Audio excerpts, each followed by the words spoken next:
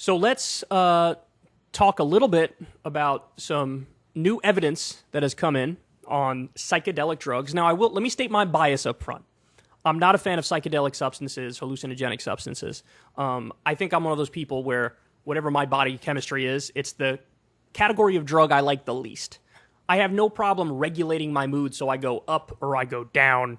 I have many problems with, seeing Scooby-Doo in my living room and totally changing my consciousness and my perspective in a way that's radically different from what I currently feel, because I kind of like how I feel on a regular basis. I don't want to go to like Neptune in my mind and then, what if I can never come back from Neptune, or what if it totally alters my, daily mind, which again I like. So it's not for me, right? But for me to say it's not for me just means it's not for me. That doesn't mean it's not for others. There are plenty of other people who get phenomenal benefits from psychedelics, and I never take that away from anybody else, right? So anyway, this is an Axios. Psychedelics with psychotherapy helped heavy drinkers cut back, study finds. Now, this is particularly noteworthy because we've sort of been stuck in a rut when it comes to how to fight addiction.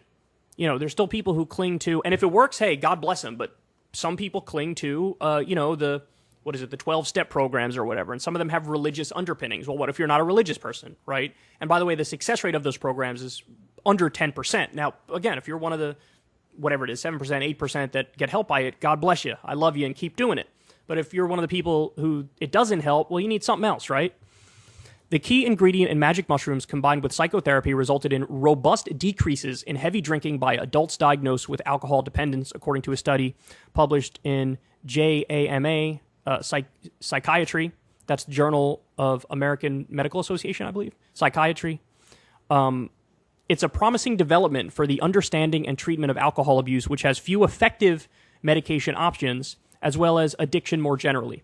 Now, I will say there is a pill that people take if they're really desperate and they're alcoholic. There's a pill that you could take where anytime you drink alcoholic drink, you start throwing up. And I know some people who've taken that and it's been successful because it provides a disincentive for you to drink. You start to have that negative association where every time I drink alcohol, I throw up. And so that works for some people, but maybe some people don't want the negative feedback. They'd like a more positive approach to this. The first published randomized trial to examine the effects of psilocybin in addiction and surpass any previously published study of the naturally occurring psychedelic drug, said Charles Marmor, chairman of NYU's Langone's psychiatry department, which led the study. It's a major breakthrough, Marmor said. There is an urgent need for novel medications for alcohol use, for addiction generally, and more broadly for the entire field of psychiatry. MDMA, psilocybin, and LSD, combined with psychotherapy, are being explored for treating a range of addictions and mental health disorders, including treatment-resistant depression and PTSD. There's also been some promising stuff on that front as well that we've covered on this show. This double-blind trial, led by the researchers at NYU Langone, compared the effectiveness of 12 weeks of psychotherapy delivered with 2-day-long medication sessions of either psilocybin or an active placebo. The study included 95 adults aged 25 to 65 years old who had been diagnosed with alcohol dependence and had at least 4 heavy drinking days during the 30 days prior to screening, but were not currently receiving treatment.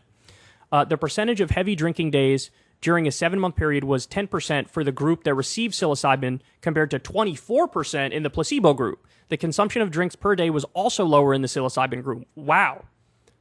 Those are some pretty solid numbers, if you ask me. So it looks like the psychotherapy helps either way, but it helps more if it's guided by psychedelics. There were no serious adverse events among participants who received psilocybin. Researchers aren't exactly sure why this works, but they say it appears to offer more durable outcomes by treating the underlying disorder in the brain rather than merely the symptoms of the disease. I'd say it saved my life, said John Costas, a patient who suffered from alcohol dependence for years and failed multiple treatments. He said he was initially terrified to use psilocybin. Quote, I stopped drinking after my first psilocybin session. It worked that quickly for me, he said. Wow. The treatment is still several years away from possible FDA approval. Doctors said they are planning a multi-state clinical trial with more than 200 participants and 15 sites, which is expected to take at least 2 to 3 years. Quote, this is part of a really burgeoning program of research, which we hope will offer relief from pain and suffering from a broad variety of patients suffering from psychiatric illness and addiction, Marmor said. So look, this is amazing. So it's sort of, one of the theories that I read around this, and this is not from an expert, but it's this idea that it breaks your pattern of thinking. So it really sort of upends your consciousness in a way that's almost like hitting the reset button on your consciousness. And that allows people to break away from old habits, and especially old habits that are dangerous. And I mean, look, it's amazing. These are amazing results. I think the more they study it, the more they will verify this. And I don't just think it's psilocybin. I do think it's LSD. I think it's a variety of the hallucinogenic substances. They just affect people in that kind of a way. Now, the other thing that's amazing about these substances is that they're not physically addictive. Like most other drugs, whether they're uppers or downers or what have you, they are physically addictive to one extent or another, even if it's just mentally addictive. But these are not like that. It's almost like you have one transformative experience and then you can move on. And look, it's about damn time we started studying stuff that wasn't the same old bullshit. It's about time we broke free from this just say no anti-drug mentality that swept the country. It's good to see this evolution. Again, they're going to study it more, and I think they're going to verify these results. And there's going to come a day where you can be prescribed this stuff for PTSD or depression or alcoholism or whatever. And look, in my ideal world, there can come a day where you go to your local pharmacy and you can grab some magic mushrooms or whatever. I think that if we actually want to say we believe in liberty and freedom, well, that's part and parcel of that.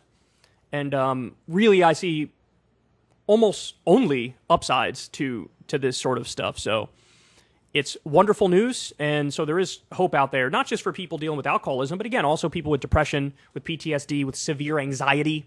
I think there's been some promising early results on all of those fronts. So it's a great thing to see. All right, guys, that is the show for the day. I love y'all. Thanks so much for listening to me babble on a daily basis. I really appreciate you.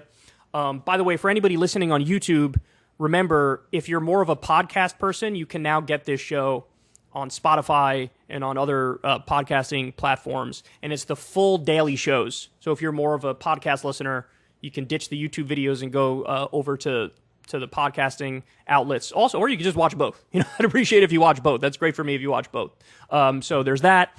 And then again, thanks to everybody who is a Patreon supporter of this show. You guys mean the world, and you guys make this show work. Usually the link to the Patreon, if you want to support the show, is in the video description box of all the videos. And again, thanks to the Crystal Kyle and Friends subscribers on Substack. We love you guys as well. You guys mean the world to us. Remember, you get the videos of the Crystal Kyle and Friends shows a day before if you join up on Substack, and then everybody else can listen for free, but it's just the audio version of the podcast for Crystal Kyle and Friends. So anyway, yet again, I love you guys. Everybody have a great rest of your day, and I'll talk to you soon. If you want to see me and Crystal Ball interview legends like Noam Chomsky, Cornel West, and more, subscribe to Crystal Kyle and Friends on Substack. $5 a month gets you the video version a day early. Remember, we take 0 ad dollars for this podcast. Or you can sign up on Substack for free and get the audio version a day later. Link in the video description box below.